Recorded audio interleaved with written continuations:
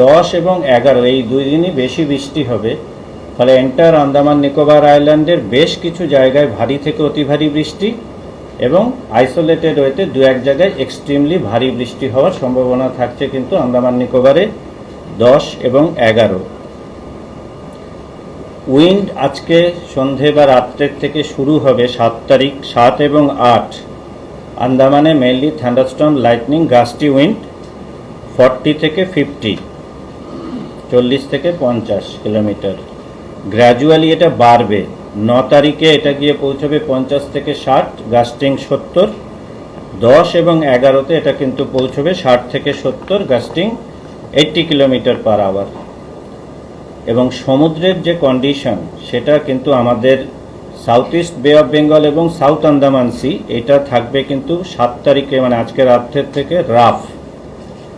Gradually 9 তারিখে হয়ে যাবে এটা ভেরি রাফ, আর 10 তারিখে ভেরি রাফ টু হাই। এই ভেরি রাফ টু হাই যখন হবে তখন দক্ষিণ পূর্ব বঙ্গোপসাগর, সংলগ্ন আন্দামান সাগর এবং সেন্ট্রাল বে অফ বেঙ্গল অর্থাৎ মধ্য বঙ্গোপসাগর। যেহেতু একটা নিম্নচাপ থেকে ধীরে ধীরে এটা ঘূর্ণিঝড় হচ্ছে সমুদ্রের ওপরে, ফলে সমস্ত মৎস্যজীবীদের কিন্তু আজকে রাত থেকে 12 তারিখ অবধি আন্দামান কোস্টে যারা আছে, আবারও আমি রিপিট করছি, আন্দামান সাগরে মাছ ধরতে যেতে নিষেধ করা হয়েছে আজকে রাত থেকে 12 তারিখ অবধি। যারা অলরেডি মাঝ সমুদ্রে আছেন তাদেরকে আজকে আফটারনুন ইভিনিংয়ের মধ্যে ফিরে আসতে বলা হয়েছে, এটা আমরা আগেও দিয়েছি।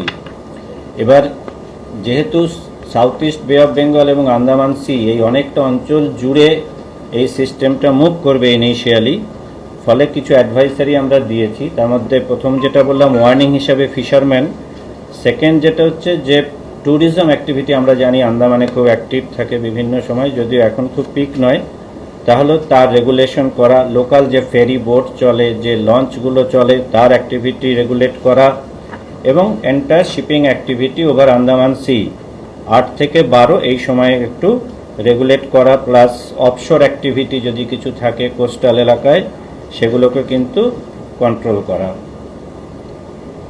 ফলে ইনিশিয়ালি আমরা আজকে রাতের পর থেকে যদি 11 তারিখ অবধি দেখি, এই সময়টায় যা কিছু অ্যাক্টিভিটি হবে সেটা হচ্ছে আমাদের সাউথ ইস্ট বে অফ বেঙ্গল সাগরের উপরে, আন্দামান সি অর্থাৎ নর্থ আন্দামান, সাউথ আন্দামান এবং আন্দামান নিকোবর আইল্যান্ডস এর উপরে কিন্তু মেজর অ্যাক্টিভিটি হবে। এবং যেটা বললাম যে 8 থেকে 12 বৃষ্টি হবে, তার মধ্যে ম্যাক্সিমাম বৃষ্টি যেটা 10-11 এই দুদিন, আর হাওয়াও যেটা সবচেয়ে বেশি চলবে 67 to 80, সেটা হচ্ছে 10-11 আন্দামান নিকোবর আইল্যান্ডের ওপরে।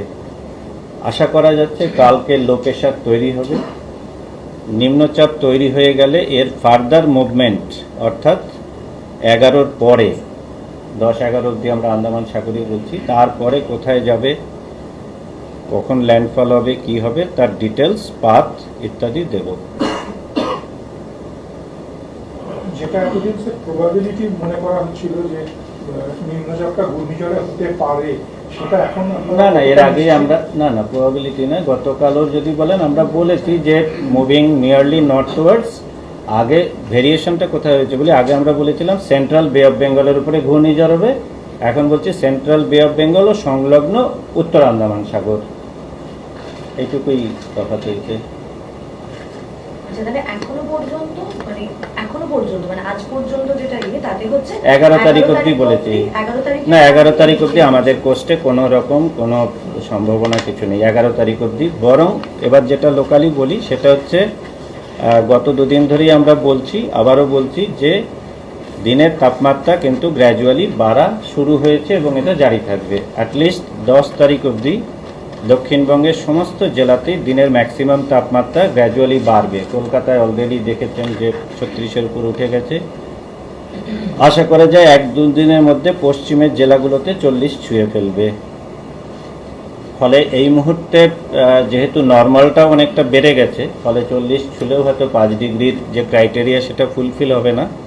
ফলে এই মুহূর্তে আজকে দাঁড়িয়ে অন্তত হিটওয়েভের সতর্কতা আমরা দিচ্ছি না, কিন্তু গরম কিন্তু বাড়তে চলেছে 10 তারিখ অবধি এবং পশ্চিমের জেলাগুলোতে বেশ কিছু জায়গায় 40 ডিগ্রি পৌঁছে যাবে। অলরেডি বাঁকুড়া ঠাকুরায় 38 পৌঁছে গেছে গতকালই, 38.2। বাঁকুড়া, আসানসোল, পুরুলিয়া, ঝাড়গ্রাম, বীরভূম, পানাগড় এসব সাইডটাতে। কলকাতাতেও আজকে আমরা 37 দিয়েছি। ফলে টেম্পারেচার গ্র্যাজুয়ালি ধীরে ধীরে বাড়বে। হিটওয়েভ হবে কিনা সেটা ভবিষ্যতে পরবর্তী ক্ষেত্রে আমরা জানাবো।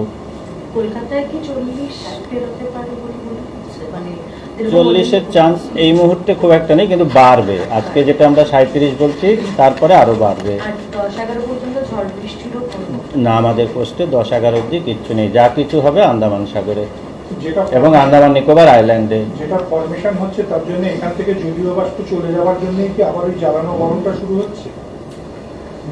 না, দু তিনটে কারণ। একটা হচ্ছে যে পশ্চিমী ঝঞ্ঝা যদি না থাকে, ন্যাচারালি উত্তর পশ্চিম দিকের হাওয়াটা আমরা পাচ্ছি। আর আপনি যেটা বলছেন সেটা আরেকটু পরে শুরু হবে, যখন সিস্টেম তৈরি হয়ে যাবে তখন কিন্তু নর্থ ওয়েস্টার্লি উইন্ড বাড়বে ওই সমুদ্রের সিস্টেমটাকে ফিট করার জন্যে। তো ডেফিনেটলি তখন তো আরেকটু বাড়বে, কিন্তু এই মুহূর্তে তো কিছু তৈরিই হয়নি। আমরা শুধু বলেছি ঘূর্ণাবর্ত হয়েছে, আগামীকাল নিম্নচাপ হবে। তারপরে ট্র্যাক মোটামুটি হচ্ছে আন্দামান সাগর এবং আন্দামান নিকোবরের গা দিয়ে, মানে যা কিছু হবে আন্দামান আর নিকোবর আইল্যান্ডে 11 তারিখ অবধি। 11-র পরেরটা কালকে বলি।